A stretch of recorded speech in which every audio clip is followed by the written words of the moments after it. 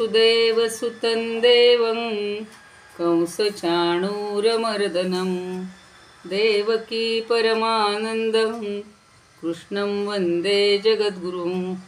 गुरुर्ब्रह्मा गुरुर्विष्णुः गुरुर्देवो महेश्वरः गुरुः साक्षात् परब्रह्म तस्मै श्रीगुरवे नमः। शान्ताकारं भुजगशयनं पद्मनाभं सुरेशं विश्वाधारं गगनसदृशं मेघवर्णं शुभांगं लक्ष्मीकान्तं कमलनयनं योगिभिर्ध्यानगम्यं वन्दे विष्णुं भवभयहरं सर्वलोकैकनाथं। यं ब्रह्मा वरुणेन्द्ररुद्रमरुतस्तुन्वन्ति दिव्यैस्तवैर्वेदैः साङ्गपदक्रमोपनिषदैर्गायन्ति यं सामगाः। ध्यानावस्थिततद्गतेन मनसा पश्यन्ति यं योगिनो यस्यान्तन्न विदुःसुरासुरगणा। देवाय तस्मै नमः, देवाय तस्मै नमः। अलंकापुरी पुण्यभूमि पवित्र स्थेनांदतो ज्ञानराजा सुपात्र तयाठविता महापुण्यराशी। नमस्कार साष्टांग श्री ज्ञानेश्वरासी।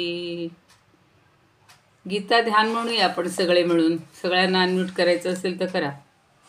ओम पार्थाय प्रतिबोधितां भगवता नारायणेन स्वयं व्यासेन ग्रथितां पुराणमुनिना मध्ये महाभारतम् अद्वैतामृतवर्षिणीं भगवतीम् अष्टादशाध्यायिनीम् अम्ब त्वामनुसन्दधामि भगवद्गीते भवद्वेषिणीम्। नमोऽस्तु ते व्यासविशालबुद्धे फुल्लारविन्दायतपत्रनेत्र येन त्वया भारततैलपूर्णः प्रज्वालितो ज्ञानमयः प्रदीपः। प्रपन्नपारिजाताय तोत्रवेत्रैकपाणये ज्ञानमुद्राय कृष्णाय गीतामृतदुहे नमः। भीष्मद्रोणतटा जयद्रथजला गान्धारनीलोत्पला शल्यग्राहवती कृपेण वहनी कर्णेन वेलाकुला। अश्वत्थामविकर्णघोरमकरा दुर्योधनावर्तिनी सोत्तीर्णा खलु पाण्डवैर्नदी। कैवर्तक केशवः पाराशर्यवचः सरोजममलं गीतार्थगन्धोत्कटं नानाख्यानककेसरं हरिकथा संबोधनाबोधितं। लोके सज्जनषट्पदैर्हरः पेपीयमानं मुदा भूयाद्भारतपङ्कजं कलिमलः प्रध्वंसि न श्रेयसे। मूकं करोति वाचालं पङ्गुं लङ्घयते गिरिं यत्कृपातमहं वन्दे परमानन्दमाधवं। सर्वोपनिषदो गावो दोग्धा गोपालनन्दनः पार्थो वत्सः सुधीर्भोक्ता दुग्धं गीतामृतं महत्। माता यस्य तपस्विनी च जनको वैराग्यरागान्वितः भ्रातारो गुरुणा निवृत्तिसहिता निर्वृत्तिका संस्थिताः।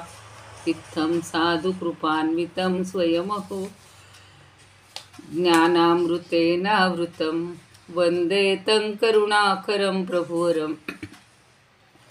श्रीसन्तज्ञानेश्वरं श्रीसन्तज्ञानेश्वरं ज्ञानेश्वर महाराज की जय।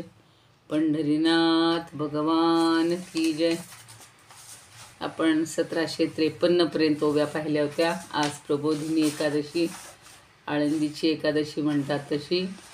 आणि इकडे आता पारायण काल संपले। आपल्यापैकी ज्यांनी पारायण केले त्यांना मी मेसेज पाठवला होता की कळवा, तुमची एकदा नावं कळवलेलीच आहेत मी, पण पूर्ण झालंय म्हणून कळवा, म्हणजे मग त्यांना थोडा आनंद होईल। आणि परवा दिवशी संजीवन समाधीचं हे आहे तर त्यावेळेला आपण दुपारी वर्ग घेणार किंवा उद्याचं सकाळचं होऊन जाईल. 53वी ओवी अशी होती. सगळ्यांना एकादशीच्या शुभेच्छा. सर्व ज्ञानेश्वरी भक्तांना आणि श्रोत्यांना सादर वंदन. 53वी अशी होती. आपण ती थोडीशी पाहत होतो, पुढे गेलो होतो, पण पुन्हा ती सगळी परंपरा एकदा आज पहिल्यापासून समजून घेऊयात. तो मत्स्येंद्र सप्तशृंगी भग्नामया चौरंगी, भेटला की तो सर्वांगी पूर्ण झाला. त्याच्या आधी सांगितलेलं होतं, क्षीरकल्लोळामध्ये मकरोदरी गुप्त होता आणि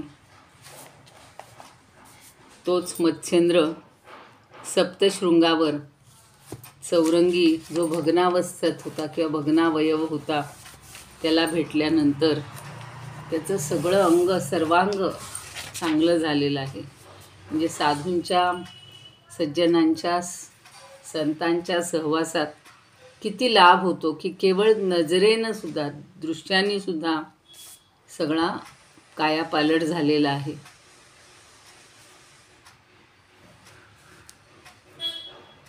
चौरंगीनाथाला तो भेटला, मत्स्येंद्रनाथ, आणि चौरंगी मत्स्येंद्रनाथांच्या कृपाशीर्वादानं परिपूर्ण चांगला झाला. आता पुढची ओवी ही परंपरा सांगतायत सगळे.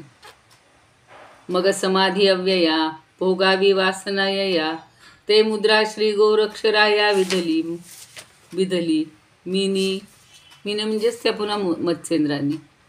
मग त्या मत्स्येंद्रनाथांनी काय केलं तर निर्विघ्नपणे समाधीचं सुख भोगलेलं आहे. आता कुठलीही त्यांच्यामध्ये अडचण नव्हती. चौरंगी पण तो चांगला झालेला होता. आणि मग या समाधीचं सुख भोगत असतानाच त्यांनी ते सगळं जे गुप्त ज्ञान आहे, गुह्य ज्ञान आहे, ते गोरक्षनाथांना दिलं. मत्स्येंद्रांनी चौरंगीनाथाला चांगलं केलं आणि गोरक्षनाथांना सगळं गुह्य ज्ञान दिलं. आता त्या गोरक्षनाथांनी कुणाला दिलं पा. मग समाधी अवस्था भोगावी वासना यथा यया, ते मुद्रा श्री गोरक्षराया दिधली मीनी, तेणे योगाब्जिनी सरवरू विषय विध्वंसैक वीरू, तिये पदिका सर्वेश्वरू अभिषेकिला. आता योगाब्जिनी सरोवर, योगरूपी अब्जिनी म्हणजे कमळाच्या सरोवरामध्ये, योगरूपी कमळाच्या सरोवरामध्ये सगळ्या विषयांचा नाश करण्यात शूर असलेल्या अशा या गोरक्षनाथाला अष्टांगाचा योगाधिकारी म्हणून आपल्या पदावर बसून त्याला अभिषेक केलेला आहे मत्स्येंद्रनाथांनी. पण तो गोरक्षनाथ आपल्याला कुठेतरी कथा ऐकलेली असेल, त्या राखेमधून निर्माण झालेला असतो, गोरक्षेमधून निर्माण झालेला असतो. आणि तो इतका परिपूर्ण झाला, मत्स्येंद्रनाथांनी त्याला सगळं गुप्तज्ञान दिलेलं आहे. आणि त्यानंतर त्या मत्स्येंद्रनाथांनी योगरूपी कमळांचं सरोवर आणि विषयांचा नाश करणाऱ्या अशा या गोरक्षनाथाला अष्टांग योगाचा अधिकारी म्हणून आपल्या पदावर नेमून दिलेला आहे.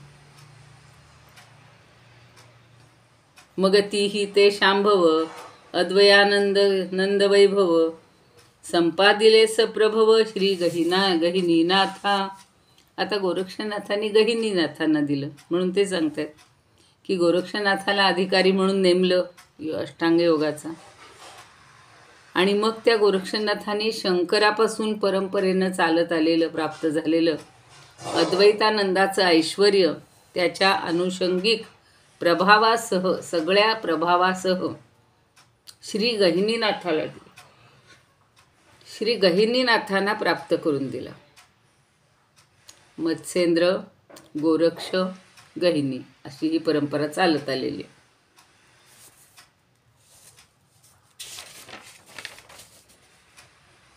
तेणे कळी कळी तू भूता, आला देखोनी निरुता, ते आज्ञा निवृत्तीनाथा दिधली ऐसी. आपल्याला सगळ्यांना माहिती आहे की निवृत्तीनाथांना गहिनीनाथांनी एकट्याला गुरु हे दिलेले आहे, आदेश दिलेला आहे.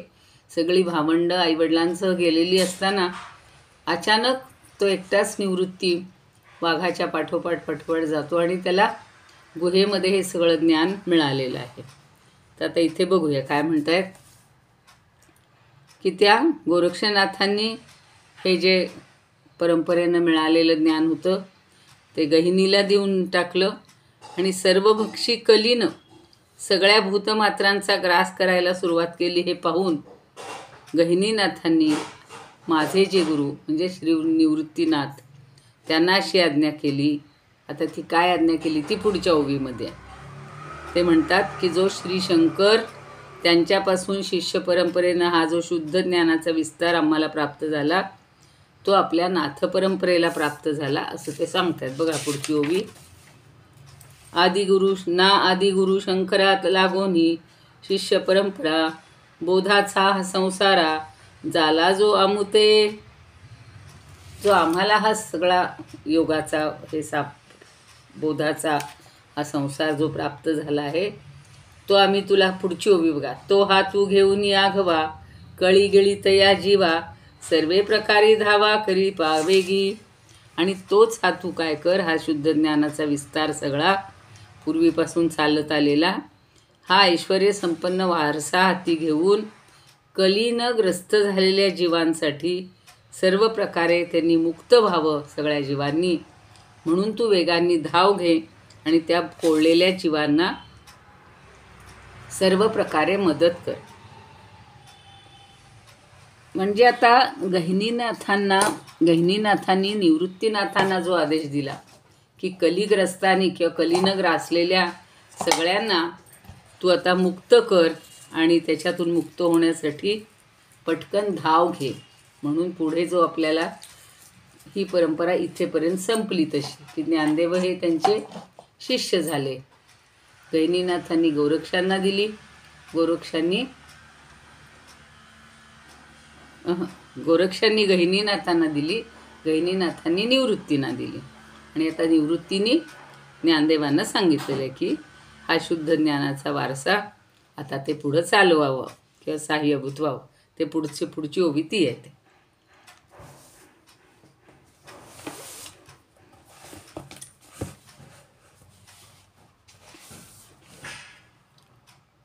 त्याची काल त्या ओव्या थोड्या मी मागे पुढे झाल्या होत्या. क्षीरसिंधू तटी शिव आदिनाथ कर्णकुहरात भवानीच्या नेणू केव्हा झाला सांगत आहे ज्ञान उत्तम पावन मोक्षदायी. त्याची क्षीरार्णवी मत्स्येंद्रासी प्राप्त मत्स्योदरी गुप्त होता जोका. मग हस्तपाद क्षीरार्णवी रहित चौरंगी, हस्तपाद रहित चौरंगीची आपण थोडी पाहणार आहोत. होता सप्तशृंगी बैसला जो तया लागी होता मत्स्येंद्र दर्शन सर्वांगी संपूर्ण जाहला तो. अखंड समाधी भोगावी आपण अंतरी धरवण इच्छा ऐसी. मग मत्स्येंद्रेती योगज्ञान खूण गोरक्षा लागोन सांगितली. असा जो विषय विध्वंसनी शूर पद्मसरोवर योगरूपी. तया गोरक्षाते मत्स्येंद्रे ते भले राजैश्वर्य दिले समाधीचे. शंकरापासून परंपरा प्राप्त ऐसे हे अद्वैत आनंदाचे. वैभव पार ओपिले संपूर्ण गहिली लागून श्री गोरक्षे. ओपिले म्हणजे दिले. मग देखोनिया आला कळी काळ गिळीत सकळ जीवान लागी. श्रीगैनीकडून निवृत्तीनाथास मिळाला आदेश देखा ऐसा. की जे आदि गुरु शंकरापासून आम्ही योगज्ञान लाधले ते. परंपरा प्राप्त सर्व ते घेऊन आमुच्याकडून मग तुही. कळी काळग्रस्त जीवा सर्वान परी सोडवी सत्वरी दुःखातून. या सगळ्यांना कळीकाळामुळं ग्रस्त झाले या सगळ्यांना तू आता सोडव असं गहिनीनाथांनी निवृत्तीनाथांना सांगितलं आणि सगळ्या त्या ग्रस्त झालेल्या लोकांना तू सहाय्यभूत हो किंवा सहाय्य कर. आता पुढची ओवी बघा. आधीच तव तो कृपाळू वरी गुरु आज्ञेचा बोलू झाला जैसा वर्षा काळू कवळणे मेघा. नाही एखादं छान उदाहरण दिलं, उपमा दिली की छान. आधी पुढचा भाग बघा. झाला जैसा वर्षा काळू कवळणे मेघा. म्हणजे वर्षा काळामध्ये मेघ सतत भरून राहिलेले असतात पाण्याने. खवळले म्हणजे काय, भरलेले असतात. वाईट अर्थानं नाही घ्यायचा खवळले. तसं आधीच तव तो कृपाळू. निवृत्तीनाथ कसे आहेत? सद्गुरू आधीच म्हणजे अगदीच अत्यंत कृपाळू आहेत, दयाळू आहेत. आणि शिवाय काय झालं? वरी गुरु आज्ञेचा बोलू. शिवाय गुरूंनी पण सांगितलं त्याला, गुरूंच्याकडूनही त्याला हे मिळालं की आता तू ही परंपरा पुढे चालव म्हणून. तर त्यामुळं कृपाळ वृत्तीने त्यांनी सर्वांसाठी ही जी हा जो काय म्हणू ठेवा आहे हा पुढपर्यंत सगळ्यांसाठी नेलेला आहे. तो कसा नेला की वर्षाकालीन मेघासारखं सदैव ते ओथंबलेले असतात. त्यात काय झालं की श्रीगुरूंची म्हणजे गहिनीनाथांची त्यांना आज्ञा झाली आणि सगळ्या कलिग्रस्त जीवांना मुक्त कर म्हणून सगळ्या मानवी विश्वाला शांत करण्यासाठी जसा मेघांना पाऊसकाळ धुवाधार बरसण्यासाठी उद्युक्त करतो.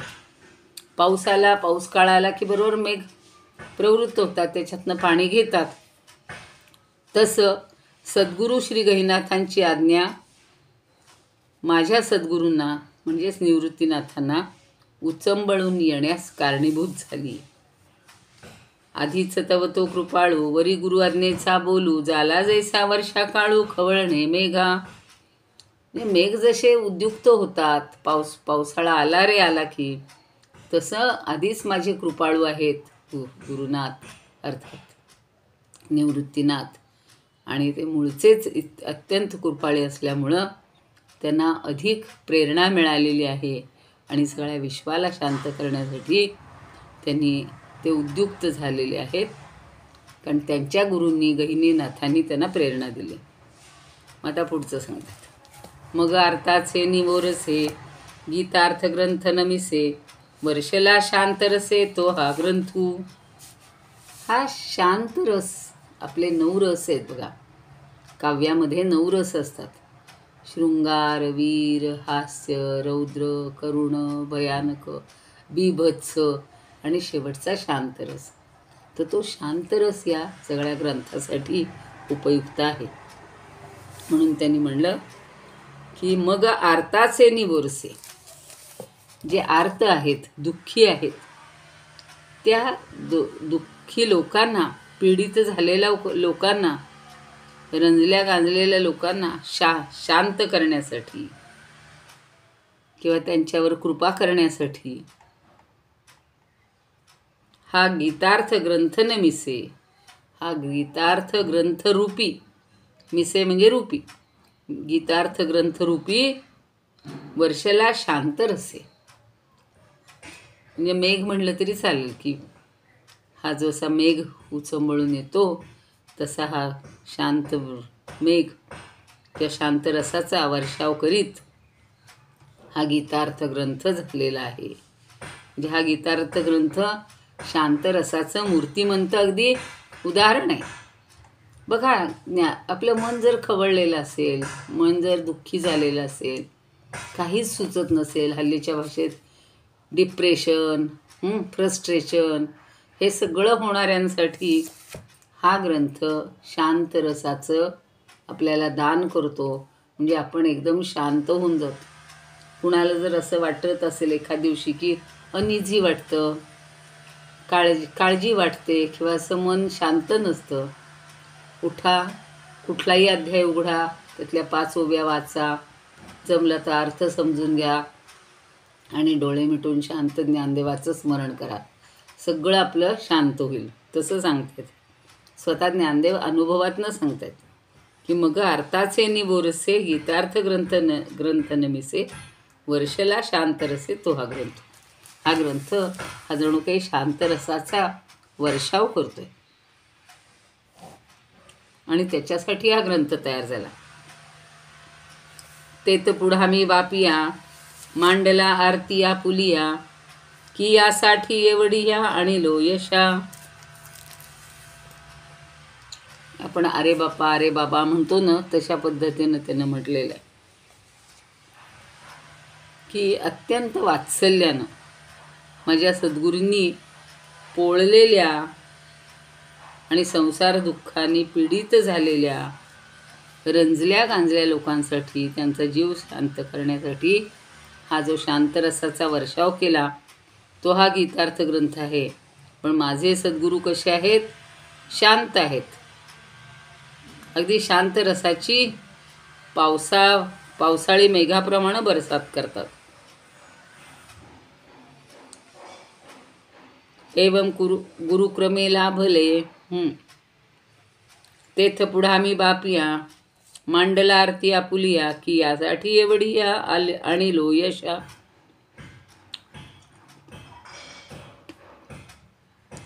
तर त्यांनी हे सगळं मला शांतरसात भिजवलं किंवा हा उत्सुकतेनं मी चातकासारखा जरा उभा राहिलो आणि मला एवढं मोठं यश प्राप्त झालं. तर ते केवळ श्री गुरूंच्या कृपेमुळं. एवं गुरुकृपे लाधले गुरुक्रमे लाधले समाधी धन हे आपुले ते ग्रंथे बांधोनी दिधले गोसावी मज. तर ते मी ग्रंथ निर्मिती जी केली ती त्यासाठी केली गेली आहे. मला एवढं मोठं यश का मिळालं? तर गुरुकृपेमुळं मिळालं. आणि पावसाळी मेघांसारखे बरसात करणारे किंवा वर्षाव करणारे माझे गुरु आहेत आणि त्यामुळं मी उभा राहिलो. त्यामुळं हे शांतरसात चिंब भिजणारं काव्य माझ्या हातून झालं. आणि हे वैभव समाधीरूप वैभव ते ग्रंथाच्या रूपानं माझ्या स्वामींनी मला वारसा म्हणून दिलं. एवं गुरुकृपे लाधले समाधी धन हे आपुले ते ग्रंथ बांधोनी दिधले गोसावी मज.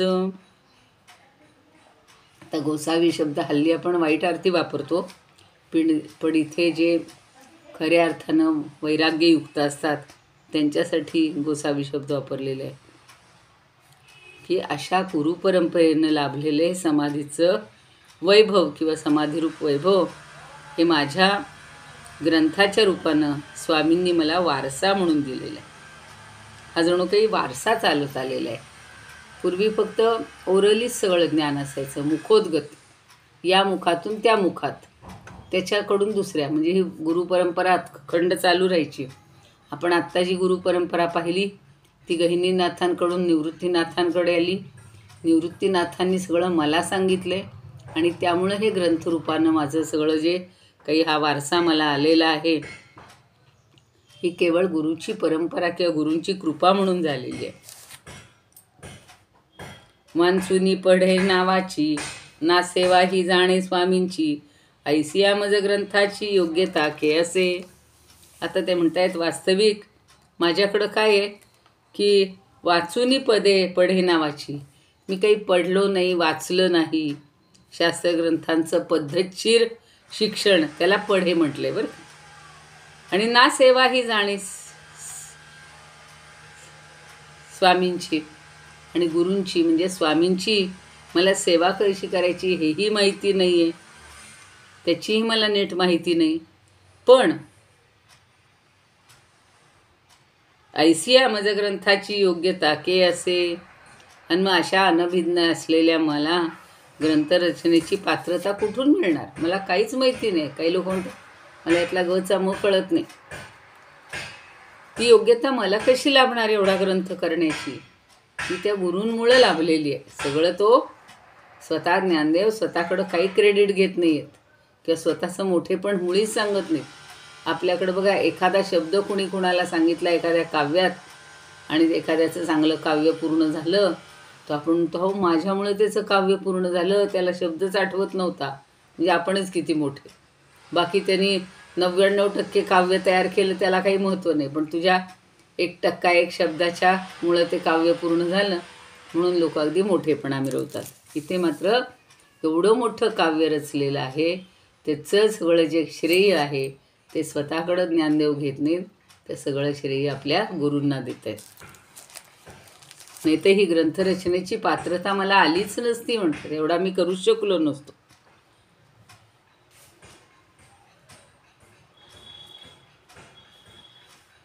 परिसाचची गुरुनाथे निमित्त करुणी माते, प्रबंध व्याजे जगाते रक्षिले जाणा. पण हे सगळं म्हणजे सद्गुरूंनी काय केलं तर काहीतरी निमित्त केले. प्रबंध व्याजे, या प्रबंधाच्या रूपानं, प्रबंध म्हणजे काव्य, काव्य प्रबंध, त्याच्या रूपानं जगाते रक्षिले जाणा. तरी सगळ्या मानवी विश्वाचं, जगाचं हे रक्षण केलेलं आहे. आणि मी फक्त काय झालो आहे, निमित्त करुणी माते. मला फक्त ओवी प्रबंध करण्यासाठी त्यांनी प्रवृत्त केलं, निमित्त मात्र केलं आहे. पण सगळं त्यांनी मला ही प्रेरणा देऊन विश्वाचं कल्याण साधलेलं आहे. केवढा उदात्त विचार आहे, केवढं खरंच असं वैराग्य किंवा असं काय म्हणू अहमपण म्हणजे अहमभाव पूर्ण विसरून गेलेले आहेत, ते मीपणा पूर्ण विसरून गेलेले आहेत, असे हे ज्ञानदेव. काल या ओव्या वाचताना खूप आनंद होत होता बघा. शेवटच्याच आता आपल्या 50 ओव्या राहिल्या आहेत फक्त, त्यातल्या 1-2 झाल्या. तरी पुरोहित गुणे मी बोलिलो पुरे उणे, तै तुम्ही माऊलीपणे उपसा ही जोही. आता ते म्हणतायत की तरी पुरोहित गणे, पुरोहित म्हणजे एखाद्याला पुढाकार देणं. तर सद्गुरूंनी काय केलं, मला पुरोहित केलं म्हणजे पुढे पुढे जाण्यासाठी प्रवृत्त केलेलं आहे, म्हणजे पुढाकार दिलेला आहे.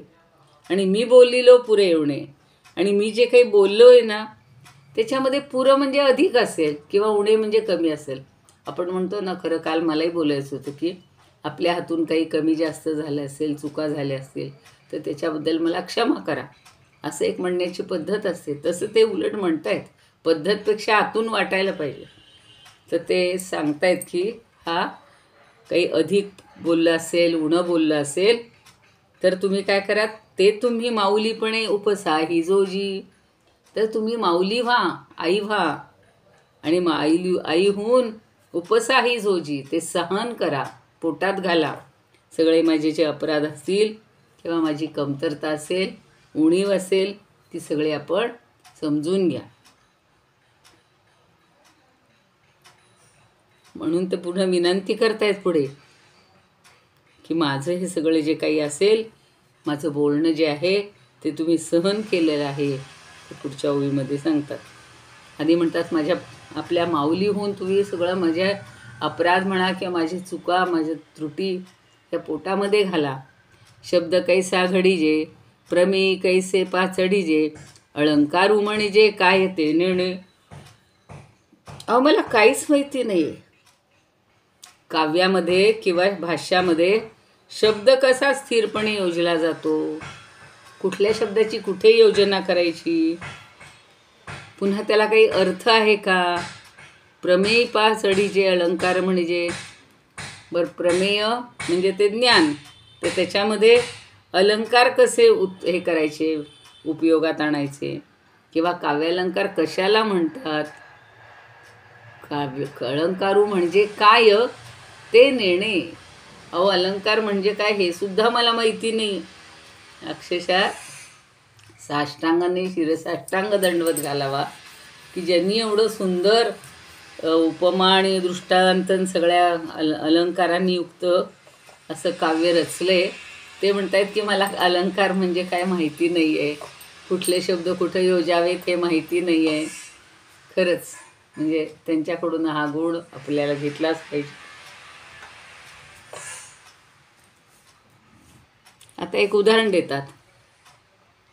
साई खडेयाचे बाहुले, चालविल्या सूत्राचे निचाले, तैसा माते दावित बोले स्वामी तो माझा.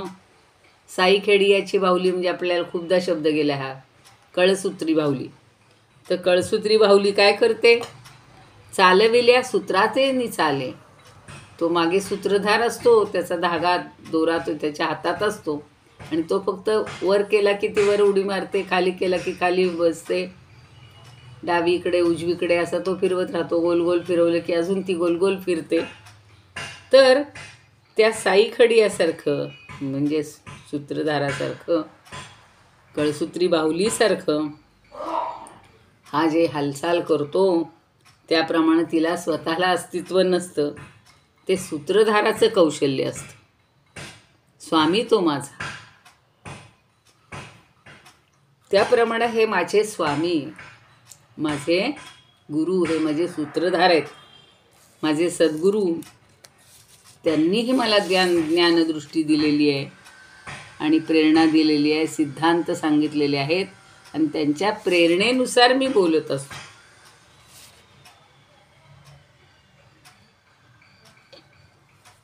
स्वामी तो माझा तैसा माते दाविल बोले.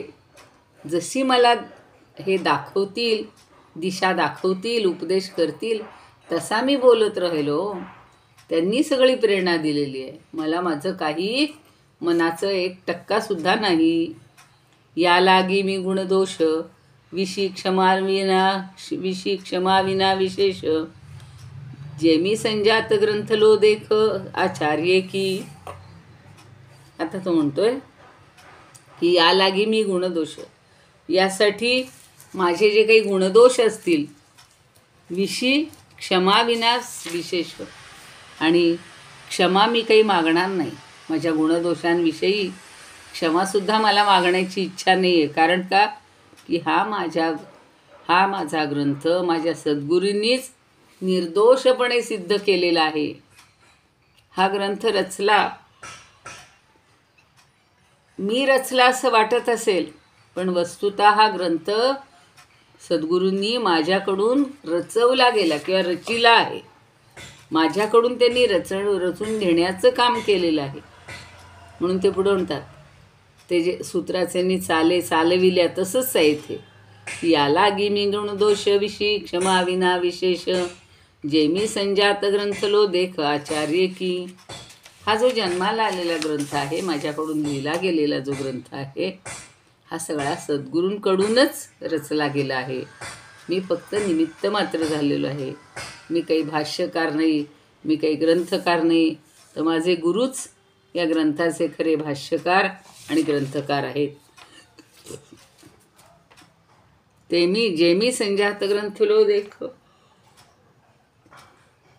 आचार्य की. सगळं गुरूंच आहे. गुरूंमुळे मी इथपर्यंत आलेलो.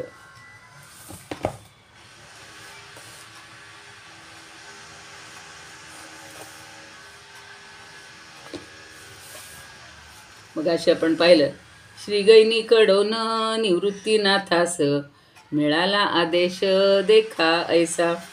की जे आदि गुरु शंकरापासून आम्हा योग ज्ञान लाधले हे. परंपरा प्राप्त सर्व ते घेऊन आमुच्याकडून मग तुही. कळी काळग्रस्त जीवा सर्वा परी सोडवी सत्वरी दुःखातून. येता वर्षा काळ मेघते साचार करीती अपार वृष्टी जैसी. तैसा तो आधीच दयाळू विशेष त्यातही आदेश श्री गुरूंचा. मग सुख दुःखे जाहले जे दिन करुणा येवोन जीवांची त्या. सद्गुरु दयाळ श्रीनिवृत्तीनाथ करोनी निमित्त गीतार्थासे. वर्षले अद्भुत ब्रह्मरस जोका तोची तो हा देखा टीका ग्रंथ. तेथे उत्कंठित चातकी मी झालो म्हणून पावलो यश ऐसे. ऐसे गुरुकृपे लाधले गहन समाधी निधान आपुले जे. एरवी मी काही पढे नावाची सेवा ही जाणेना सद्गुरूची. ऐशा मज असे योग्यता कोठोन गीतार्थ कथन करावया. परी गुरुनाथे साच माझ्या हाते रक्षिले जगाते ग्रंथ मिशे. सद्गुरूची आज्ञा म्हणून अठाई उणे पुरे काही बोलिलो जे. विनंती ही पायी अहो श्रोतेजन, माऊली होऊन सहावे ते. नेणे कैसा रंग भरावा सिद्धांती, नाही माझी गती साहित्यात. नेणे अलंकार नेणे शब्दसिद्धी, मी तो बालबुद्धी अप्रवीण. बाहुले ते जैसे नाचे सूत्राधीन, तैसा मी स्वाधीन श्री गुरूंच्या. मज लागी पुढे करोनी असाच, बोलिला हे तोच माझ्या मुखे. म्हणून क्षमावे आता गुण दोष, कास या विशेष प्रार्थावे. स्वामींनीच केला ग्रंथ हा निर्माण, निमित्त करोन मज लागी. इथपर्यंत झालेले आहे. इदमुपकर्तुं भुवन मंडलम, समुदितमिव भास्करं. सादरं वंदे मौनीश्वरं.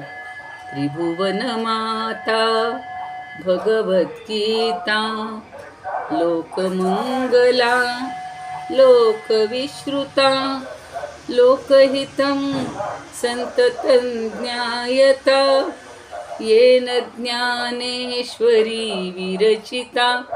श्रुत्वा प्राकृतगिरं सादरं वन्दे ज्ञानेश्वरं. सादरं वन्दे ज्ञानेश्वरम्.